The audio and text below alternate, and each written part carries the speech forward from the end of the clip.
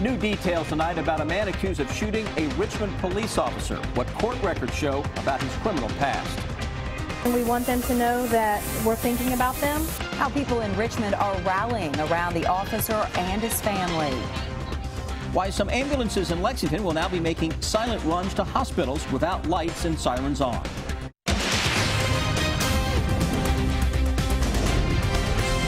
This is WKYT News at 6. Good evening. Tonight, a community continues to show its support for a Richmond police officer critically injured in a shooting. And we're learning more about the man accused of shooting him. Police say 33-year-old Officer Daniel Ellis was shot yesterday morning while investigating an attempted robbery in Richmond. Court records show the suspect, Raleigh Sizemore, has a lengthy criminal history in 2 counties. Victor Puente begins our top story team coverage live from Richmond. Victor? Today, we've seen more people come here to the Richmond Police Department as the effort to honor Officer Daniel Ellis continues to grow. The man charged with shooting him has a long criminal history that includes crimes against police. These flowers on Officer Ellis's cruiser come from a man who doesn't even know him. Just pay my respects to him, his family, and his police family here at Richmond. Kentucky State Police say Ellis was ambushed at this apartment by Raleigh Sizemore after another man led the officer into a back bedroom during a robbery investigation.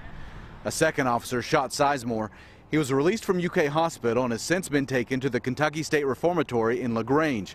He was released from prison this past April on parole after serving 3 years of a 10-year prison sentence for making meth. 2 months later, he was arrested in Berea and charged with wanton endangerment when police say he charged at someone with a knife. He was out on bail from that charge when he was arrested yesterday. He was taken back to prison for violating the parole from that original 10-year sentence. Back in 2007, he was convicted of fleeing or evading and wanton endangerment towards a police officer. He served 2 years in prison then. Yesterday, he was charged with attempted murder of a police officer. Here at the police department, people dropping off food and donations say their biggest concern now is Officer Ellis and his family. We want to make sure that everybody understands that we're with the family and we're praying for the family. Anything we can do to help, we're going to help. A major here at the police department tells me they have brought in grief counselors for Ellis's fellow officers. He said a few of them have accepted that help. Live in Richmond, Victor Puente, WKYT. Victor, thank you. The man police say led Officer Ellis into the ambush. Gregory Ratliff faces a complicity charge. Tonight, Officer Ellis continues to be treated at UK Hospital here in Lexington. Family and friends and law enforcement are all there in support of him. Monique Blair joins us live from the hospital with the latest on the officer's condition. Monique? Well, Sam and Amber, Kentucky State Police tell me 33-year-old Richmond police officer Daniel Ellis remains in critical condition here at UK Chandler Hospital. Now, we've been out here for a couple hours now, and much like yesterday, there's been a steady stream of officers from Berea, Richmond, and Lexington, just to name a few, that have been out here in and out of the hospital here. At this very moment, there are at least a dozen patrol cars outside the hospital. Now, we're told several officers have not left the hospital and have been here, standing by Officer Ellis's side since the moment he was brought in here yesterday. Today, one of Officer Ellis's family members posted this picture to social media saying this was a Richmond police officer who was sleeping on the floor in the emergency room waiting room, making the point that Officer Ellis has just so many people praying and pushing for his recovery. Now, again, just a very visual representation here outside the hospital of all the support for Officer Daniel Ellis's family and also for him as he continues to fight for his life. I'm reporting live in Lexington. Monique Blair, WKYT. Monique, thank you. Now, people in Richmond are coming together tonight to show their support for the officer and his family. This is a live picture from St. Mark Catholic Church in Richmond on West Main Street. A special mass for peace began there just a few minutes ago. It's being held in honor of Officer Ellis. 2 prayer services were held for him in Richmond last night.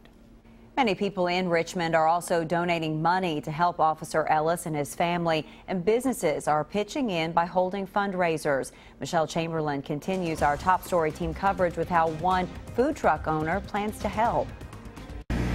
How is the officer doing? As Officer Daniel Ellis fights for his life, the Richmond community is coming together in support of him and his family. And we want them to know that we're thinking about them. Brandy Bowles is hoping to raise money for the Ellis family. The Richmond native is asking the community to come out tomorrow to eat at her family-owned Rolling Bistro food truck. Thank you so much. Have a good day. You too. Hopefully we'll run out of food, but all the money that is made tomorrow will go directly to the family. Come see us tomorrow if you can. Brandy has a connection to the Richmond Police Department. Her husband retired from the department 5 years ago after being hurt in the line of duty. You just try to not think about what could. And yesterday, Katie Ellis, she found out what could. You know, she told her husband bye, and, you know, things will never be the same. The Bowles say the proceeds raised tomorrow will help the Ellis family with any immediate financial needs they may have. They say it's the least they can do to help someone they consider family. Hopefully the community will come out and show their support as well. I mean, he was a brother in law enforcement, so whenever somebody hurts a member of your family, you hurt. It's just hard when it hits home like this. We're out there to protect the public, and then all of a sudden this happens. It's not supposed to happen this way. In Richmond, Michelle Chamberlain, WKYT. The fundraiser will be held tomorrow from 10:30 until 2:30 at the corner of First and Irvin Streets in Richmond. Kroger is donating burgers and buns. Other businesses in Richmond are also helping. The band Zen Highway is holding a fundraiser tonight from 7 until 9 at Purdy's Coffee Company on Main Street in Richmond. Sexton and Sons Moving on Water Street is also taking up donations. And tonight, any customer of the Orange Leaf in Richmond can request to have 50% of their purchase donated to the family. We have more information for you about all of the fundraisers for Officer Ellis and his family on our website, WKYT.com. Some changes are coming in our weather here in the Bluegrass, and they'll be bringing an end to the unseasonably warm temperatures. Chief Meteorologist Chris Bailey has an early look at that colder forecast. Yeah, it gets colder this weekend, gets us closer to normal, but of course there's always a chill in the air normally in the month of October, or in November I should say, but normally we also get some big thunderstorms between a temperature change, and that's what we're seeing back to the west of us. Look at all the mild and if not warm air across most of the eastern part of the country, butting up against that colder flow that is coming in across the Rockies into the Plain States. That's where we have a strong cold front that is currently plowing its way across the nation's midsection. Out ahead of that, showers, thunderstorms are going up. We have numerous warnings that are out for those storms from parts of Missouri through Arkansas, Oklahoma, into the Lone Star State of Texas. We're still well ahead of that front, so it's a mild evening. Clouds are increasing. The first showers and thunderstorms not too far away from Owensboro and Henderson into western Kentucky. But again, across central and eastern Kentucky, clouds are on the increase on your Radar Defender network. If you're out this evening, temperatures only into the 60s right on through 11 o'clock. When I come back in just a few minutes, we will track those showers and thunderstorms that are rolling our way into your Friday. New hour-by-hour forecast, guys, and tomorrow we'll kick off a fairly active 7-day outlook in just a few. It's what a good driver's supposed to do. When you hear lights and sirens coming your way, you make room for the emergency vehicle to pass. The sirens signal an emergency. But sometimes the sirens can be more of a danger than a help. As Miranda Combs tells us, new at 6, Lexington emergency crews now have a new plan in the name of safety. Except 915 Murray Drive, nothing visible from the two-story commercial. Action command on fire 1. So this is not a medical run, but it's a structure fire, so we go on those too. Fire 1, please. You added me to the run at engine 5 and 220 is on, show me 97. They are trained to revolve their day around emergencies. So we're here to transport people when they call for us. Just a 2-hour span on a Wednesday afternoon. Try to do it in the safest and the best interest of the patient. They hardly stopped. A lot of them are small fires, never materialize into anything major. First a small fire. It's not a big, long, drawn-out process. We go out to Winchester and cross Walton. Then a behavioral call. There's a court up here to our right. And then a fall. But there has recently been a change in protocol for these men. They make a call now that they've never made before. You guys are under a pilot program right now to test sirens, right, and how you use them. We're trying something new to where it's based on the severity of the patient and if they actually need to be transported emergency to the hospital. The thought being, if it's not an emergency in the eyes of the trained EMS crew, it's not necessary for safety reasons. Statistically, firefighter Nick Stump says this sound and these lights can hurt more than help. It's very dangerous. It causes a lot of confusion sometimes. And sometimes, to be honest, it's not worth the risk of us transporting someone who's not really critically sick to the hospital emergency. And we have a lot of distractions that can keep sirens from being heard. Public Safety Commissioner Ronnie Baston says the pilot program will continue to the end of the year. Before, lights and sirens were used on calls no matter what. Now, it's these guys' discretion. They feel confident, and I feel confident in their ability to assess patients and make good calls. We stayed with EC1 for a couple of hours. 2 medical calls. The first didn't warrant lights and sirens. For a female, 66-year-old female injured in a fall from a gray Chevy pickup. The second, Stump says, probably wouldn't have. However, one downside of not being so rushed is less buggies available for the next run.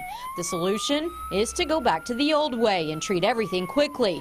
That happened on our second medical call. When it's really busy, the battalion chief on scene, or the battalion chief on duty will go to what we call paper reports. It tells us that every run is going to be emergency from that point forward until we get enough trucks cleared back up, or we'll go back to normal operations.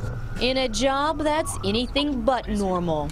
Sometimes, you know, it can be a fluid situation. It can be a situation where you're starting out thinking that it's okay and we'll go non-emergency, and then we realize, hey, maybe we should step this up, and then we can increase the lights and sirens.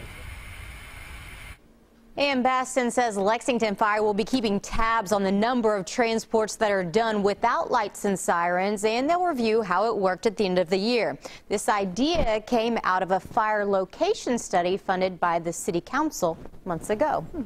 So it's up to the EMS crews, really, to make that decision as to whether or not they're going to use the lights and sirens, right? And we were talking in the morning meeting that, you know, this doesn't mean that they won't do lights and sirens on the way. They always will do that. But then once they get there, they'll assess it and then figure out if they need it for the rest of the ride to the hospital. All right, Miranda, thank you for that interesting look into those ride-alongs there. Thank you.